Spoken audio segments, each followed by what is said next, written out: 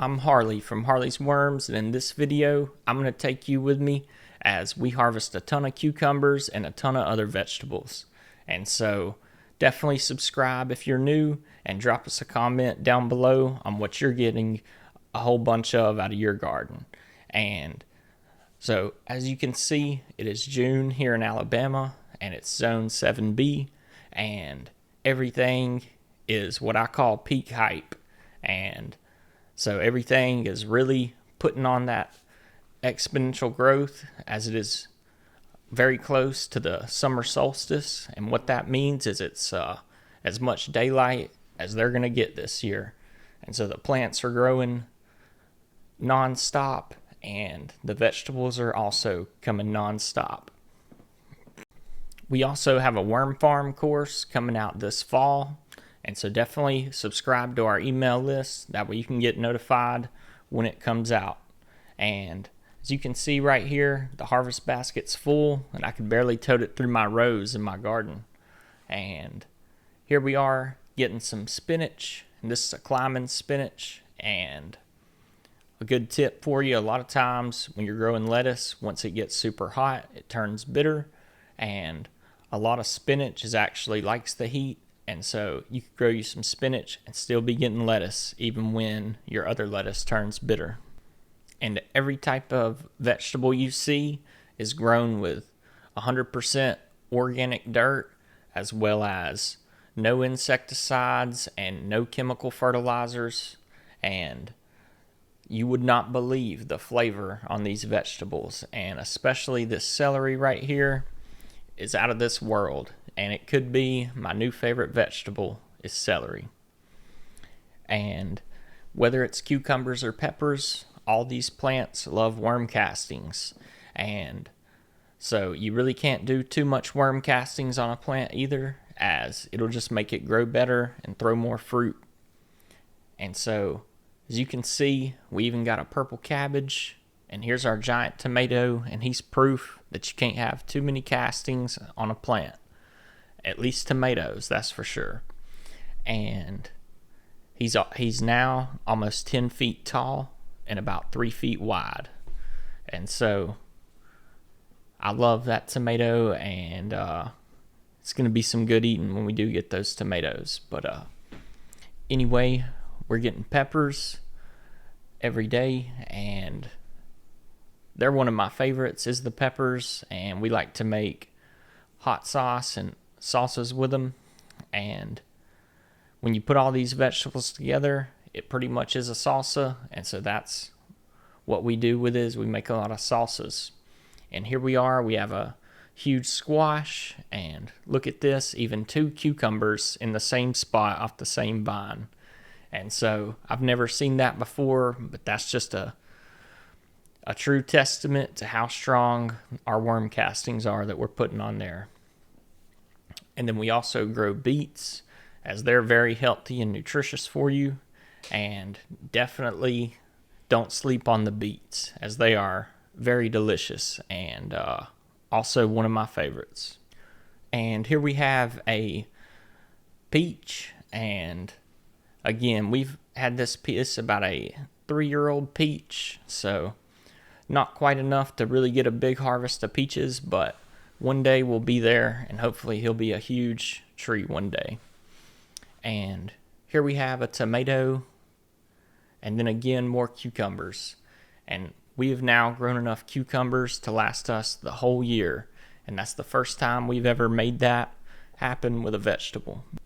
And that's the reason why we started worm farming to begin with, was so that we could grow our own food and just try to do it ourselves and live as naturally as possible, and to have something to do, which is to get in the garden, get some good sunlight, some natural air, and a little bit of mild exercise, as well as something extremely beautiful to look at. And as you can see, these cucumbers, some of them are way more beautiful than anything you'll see in the store.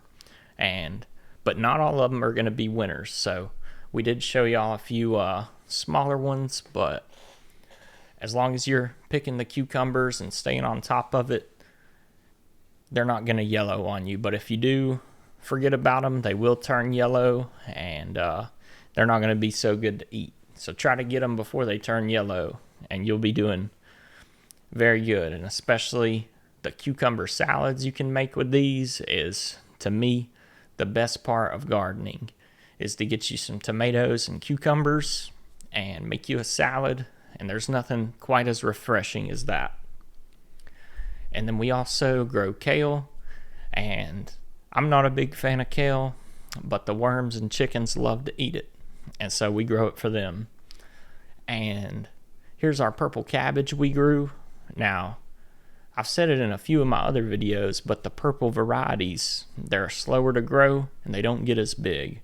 And I do believe that has something to do with their color, as it is probably harder to make it purple than green, as most things out in nature are not purple. And so, but anyways, we've already made a nice cabbage soup with it, and it's truly delicious. And don't forget about your birds, as they'll help protect your garden. And definitely watch out for the trees.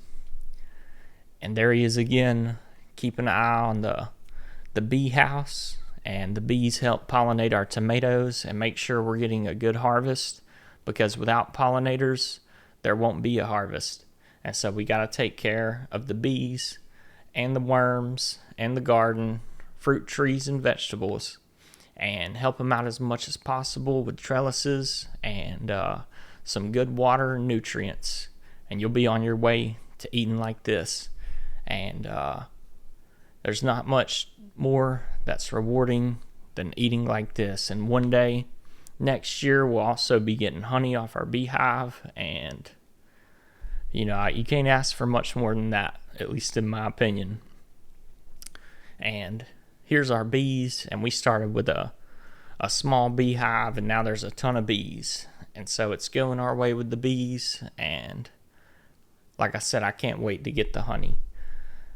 And we also got banana peppers, and we also grow a lot of our own herbs to flavor our food, like right here is sage. And a lot of people that call and order from us off our website, they just want to go fishing and get them some worms to go fishing. But I totally get it, and that's how we started. We had our first worm bin in 2017. And that's what we were trying to do. But definitely don't sleep on the fact that once you go fishing, that dirt that you got your or worm bedding that you have your worms in is eventually going to turn dark black. And when that happens, it's time to get those worms out of there and put the castings into the garden. Or you could put them in a container and just have you like one container growing. And so I know not everybody's meant to have a huge garden. Maybe they don't have the time or the effort or the energy, and that's okay. But I do feel like no matter where you live or what your physical holdbacks are, that you could at least have one container with one tomato in it. And so that's what I'd like to encourage everyone, is to pile your castings up and put you one good plant in there and eat some fresh fruit and vegetables. And so, as you can see, this basket, when we finally weighed it, it was almost 17 pounds. And that's a lot of vegetables, and that's a lot of good eating.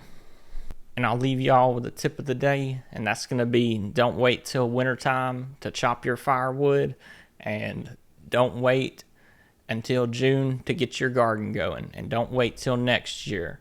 Do it as soon as possible, and say it is June, it's not too late to get your garden going for the fall garden or your winter garden.